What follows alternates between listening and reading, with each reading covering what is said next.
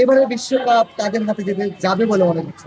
যেহেতু বলতে গেলে এইবার ওয়ার্ল্ড কাপের আমার মতে সবচেয়ে শক্তিশালী দল হলো ব্রাজিল, তো অবশ্যই আমি ভাই আশাবাদী পাশে ব্রাজিল আর্জেন্টিনা দাঁড়িয়ে জিতবে। আছে, ঠিক আছে, ওয়েট, রানিং ওয়ার্ল্ড চ্যাম্পিয়ন, ঠিক আছে, বুঝতে হবে।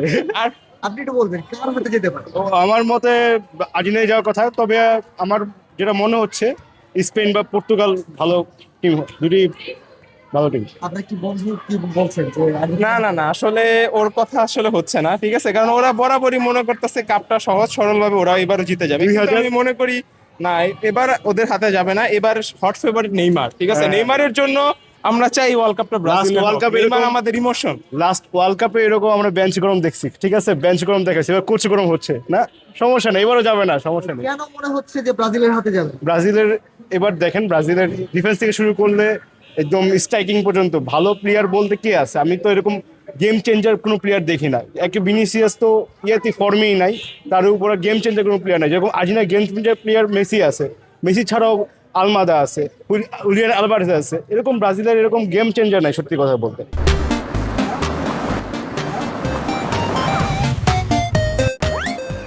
আসলে আসলে আমাদের গেম চেঞ্জার লাগবে না, আমাদের একজন ডন কার্লো আছে, ডন কার্লো থাকলে আমাদের কিচ্ছু লাগে না, আমাদের এবার কোচই আমাদের ডন, অতএব don't care, we don't care, আমরাই জিতবো এবার। 2022 সালের ওয়ার্ল্ড কাপে ওরা বেঞ্চ নিয়ে কথা বলছে, ওদের বেঞ্চ অনেক হাই প্রোফাইল, বেঞ্চ গরম দেখাইছে, এবার ওরা কোচের গরম দেখাচ্ছে, ওদের ডন কার্লো আছে, অথচ আমাদের মাস্টার মাইন্ড স্কলানি আছে, সবচেয়ে বড় কথা। ধন্যবাদ। একটু বলবেন কেন আর্জেন্টিনা বিশ্বকাপ জিততে পারবে না? আর্জেন্টিনা এবার বিশ্বকাপ জিততে পারবে না কারণ এইবার হট ফেভারিট ব্রাজিল, আর ব্রাজিলে এবার বিশ্বকাপ জিতার যোগ্য দাবিদার আমি মনে করি।